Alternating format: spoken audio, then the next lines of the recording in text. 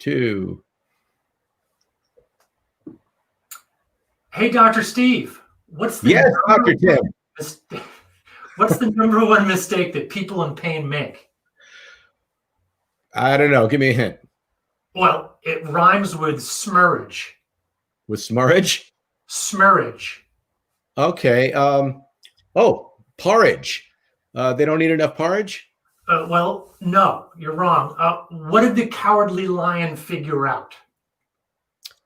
Oh, you gotta have courage. That's right.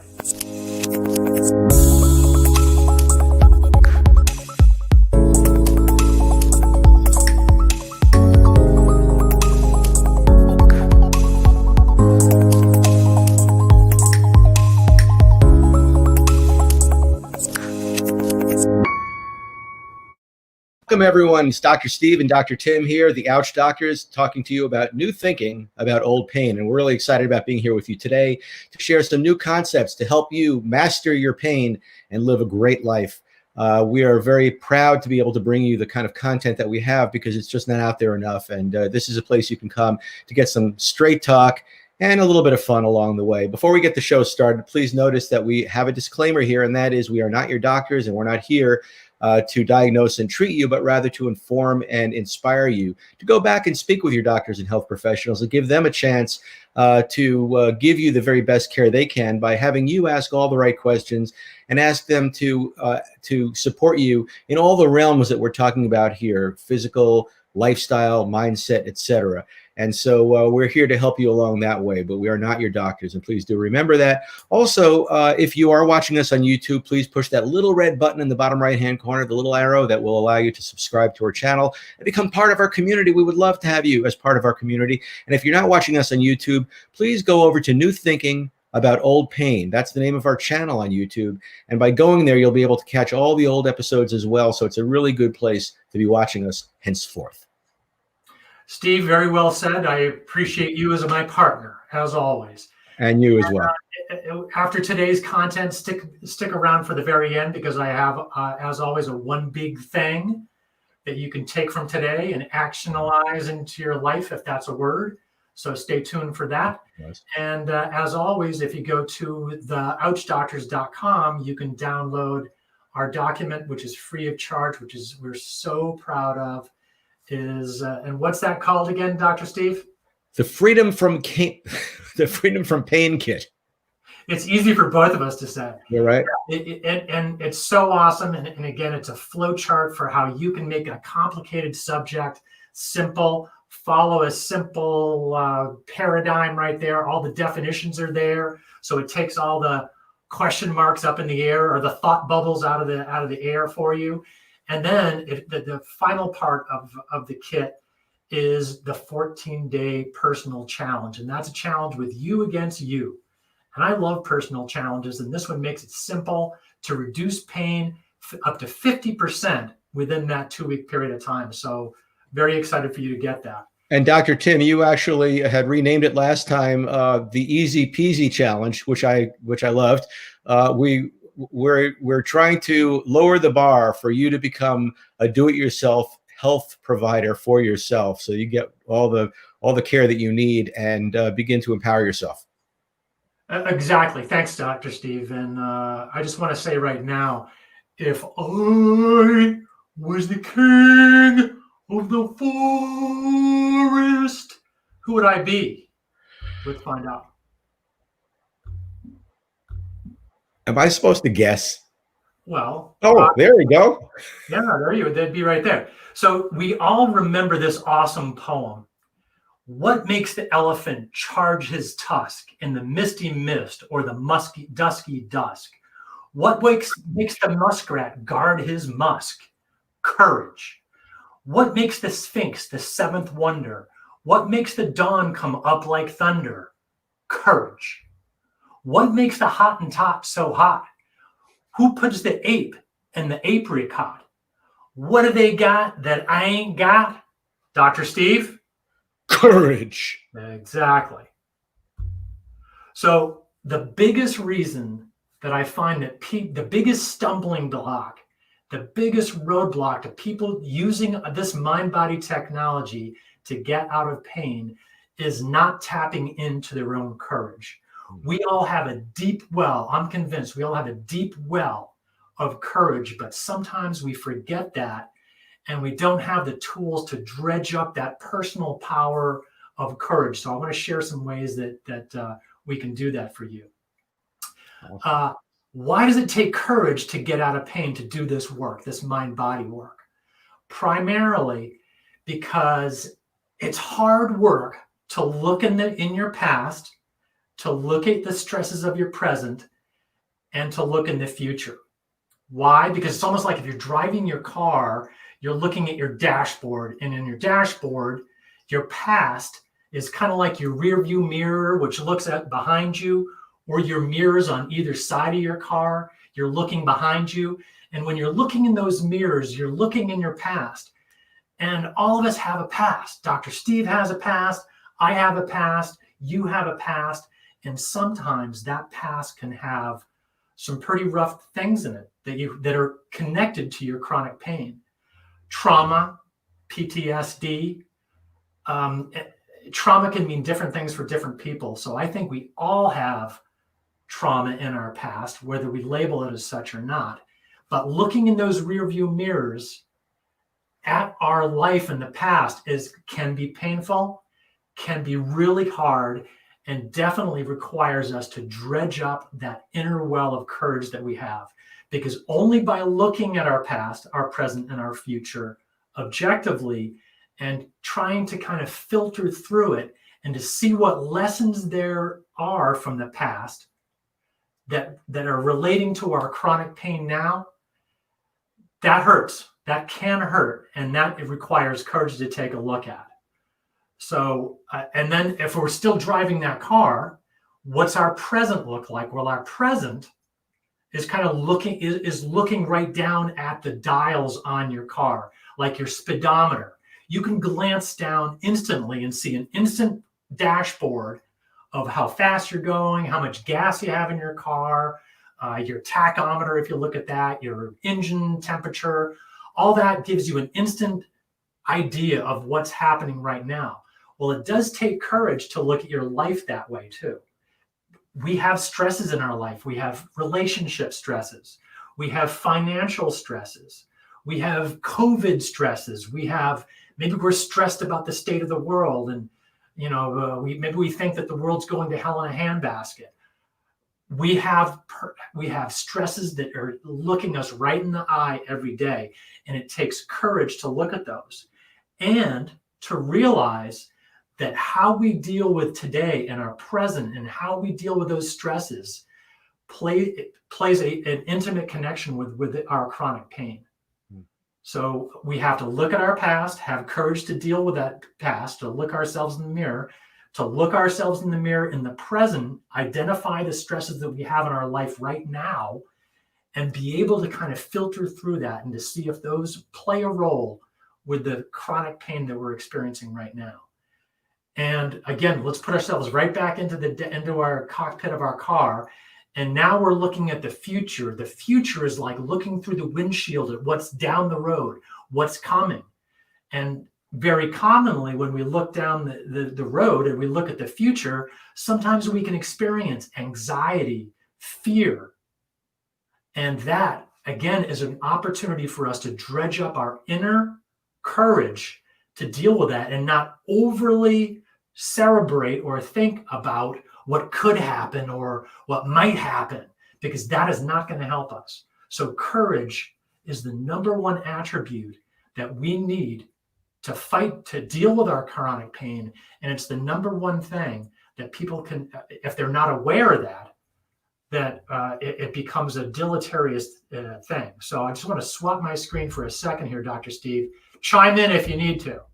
Yeah, this is an interesting topic. I think that for many people who experience their pain as just a physical phenomenon, it may be hard for them to even tap into the idea that their mindset has a substantial amount to do with the pain that they're in.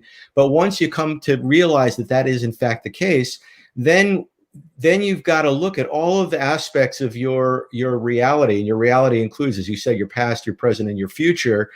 And courage really it makes a lot of sense to me personally, because if where I am right now at this particular point in my life is unsatisfactory to me, and I don't like the choices I've made, and I don't like the lifestyle I'm living, it's pretty hard for me to stare that in the face, as well as looking at perhaps decisions I made when I was younger, and maybe some of the ways in which I chose to ignore emotions and push them down and repress them, that then came out as pain. Mhm. And then, as you said, in terms of the future, all the ways that we're fearful about what might happen, and what is that doing in subtle ways to the muscles in our body, those, those small muscles that tense up. Those people that you and I have seen when we were chiropractors, and you touch their bodies, and it's like a steel beam, and they don't even know it. They're not even aware that their bodies are in that state of complete tension, because it's become the norm for them. Because God forbid they should relax those muscles. What are those tense muscles? What is that guarding, protecting them from? And often it's protecting them from some kind of a thought. And so you're right, it's all about courage. Right. Thanks, Dr. Steve. And just an example from my own life, I don't think I realized this until I was in my 30s, is that I don't know where I got this, if it was from my upbringing. I mean, I had a great upbringing, but still, none of us come out unscathed.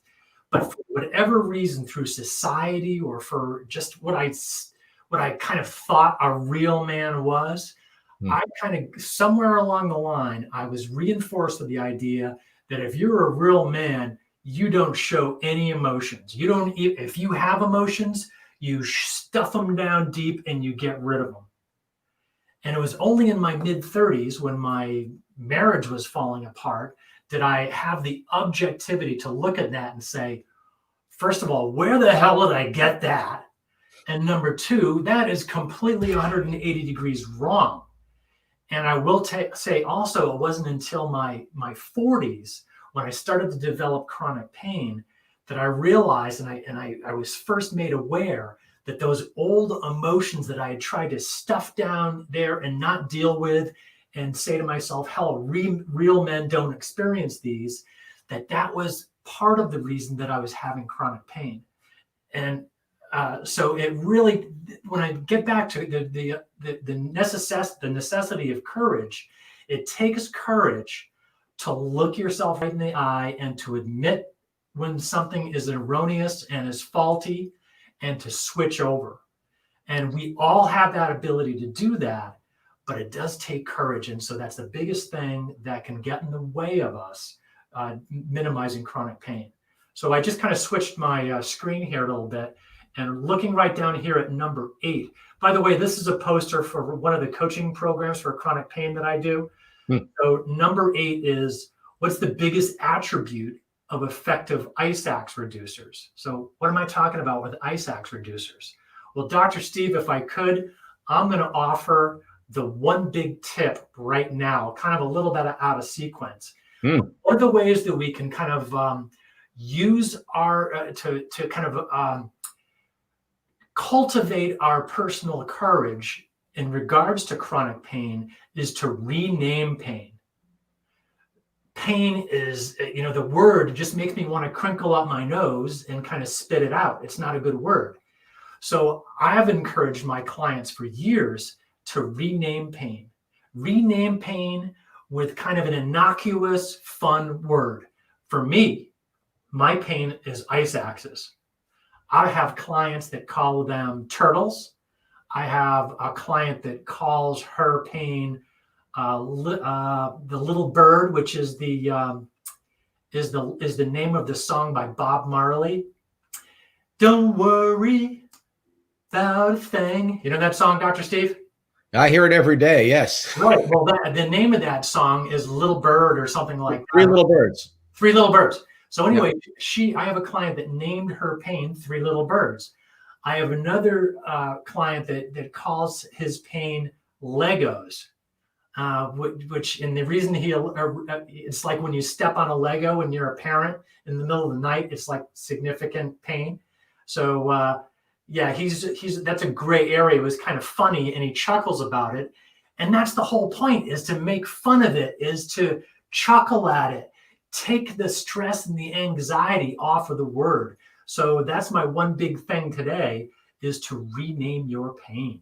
Dr. Tim, could I jump in for a moment? You may. What I was thinking about was one of the primary reasons that you and I ended up connecting and creating this program was because of my coming to find out that your blog post was called Fun with Pain. Yeah. And I thought that was absolutely brilliant. I thought it was just a remarkable reframe around pain, because we do, as you said, take it very seriously, and we are really at odds and averse to it and everything. And this idea of having fun with it, playing with it, giving it a name. I was in a group a while back where we talked a lot about our emotional pain, and a friend of mine, he had named his shame, his negativity, all that stuff that gave him emotional pain. He named it Howard. So he'd just be like, Howard's at it again.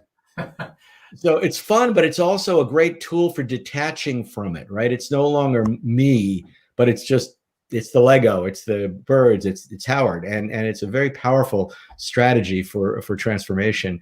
And I'm also reminded of one other thing, Dr. Tim, when you were telling the other day about one of your patients, you were talking about eating well, who said, "I'm going to stop you right there."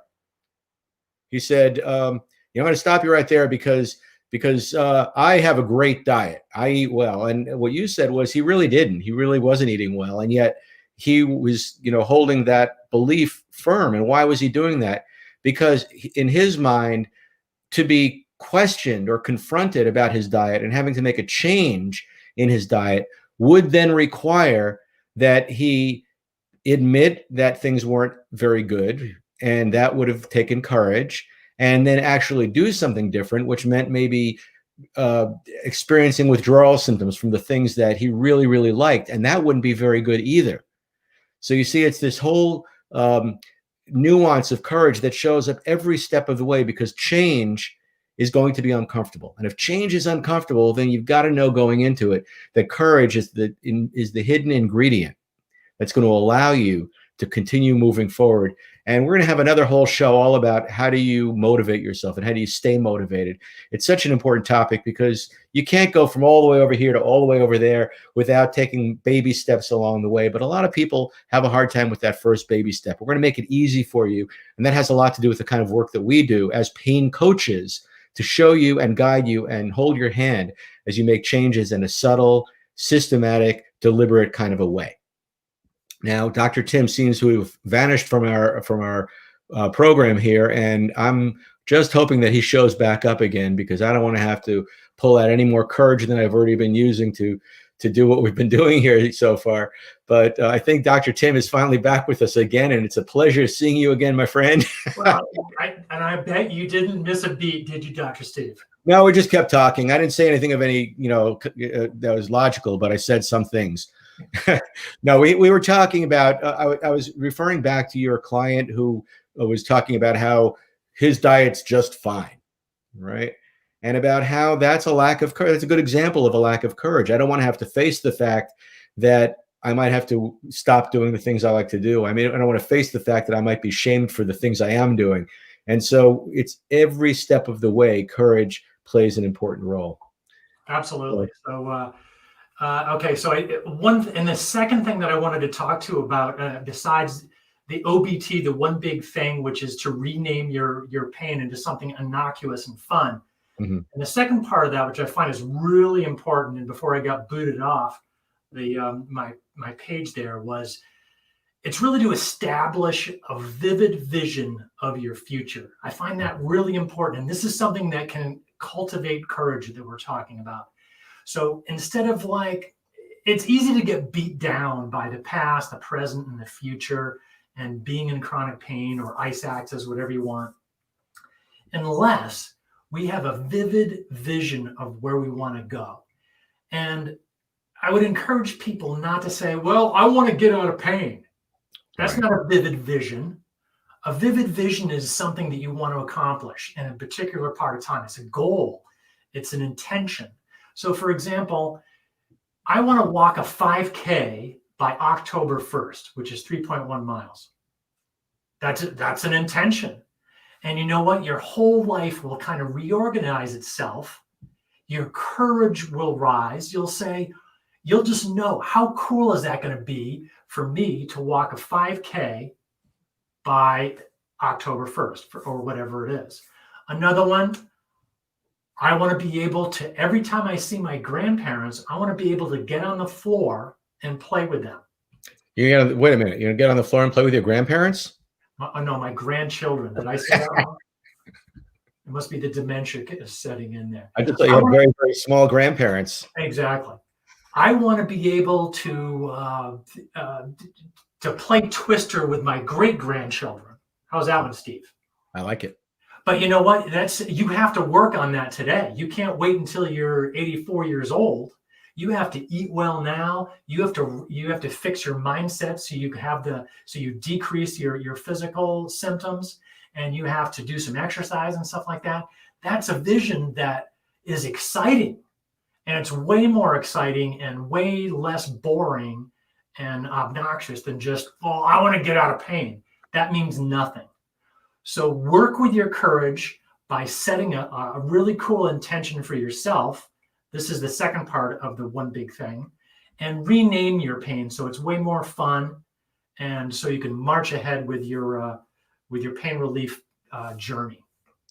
Wow. Wow, that's fantastic. And, that's a really good segue into tomorrow's show, because one of the things that we do in the world of mindset management, in the world of hypnosis and mindfulness, in fact, is to help people create that clear vision and to visualize that vision, to see it, to close their eyes, to even write about it, to really make it very, very real, because we move toward that. And the opposite of that, of course, is tunnel vision. Like Lady Macbeth, out, damn spot. You spend all your time working on one little thing and you miss the whole world around you. You spend so much time thinking about your pain and you miss the fact that there are opportunities to live a bigger life. And as long as you stay here, you never get there. So tomorrow we're going to jump right into the hypnosis side of things. And what I'm going to do is I'm going to share with you some video clips from a hypnosis session that I did recently with a client of mine. He has given permission to allow me to show you some pieces of the process, and we'll talk through it a little bit, and I'll explain to you why hypnosis is such a remarkably powerful tool for us to galvanize our power, to change our relationship with pain, to reframe or re-script our subconscious mind to overcome pain, and to then visualize that compelling future that Dr. Tim is talking about right now. So I am so excited about that. It's going to be an awesome show. It's going to be a little bit more interactive and show and telly than some of the ones we've done in the past. So I'm pumped.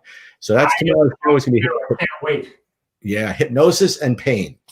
And I'm super excited. So having said that, Dr. Tim, take us to the end. Train your brain, Dr. Steve. Lose your pain. Dr. See you Tim. tomorrow. Take care, guys.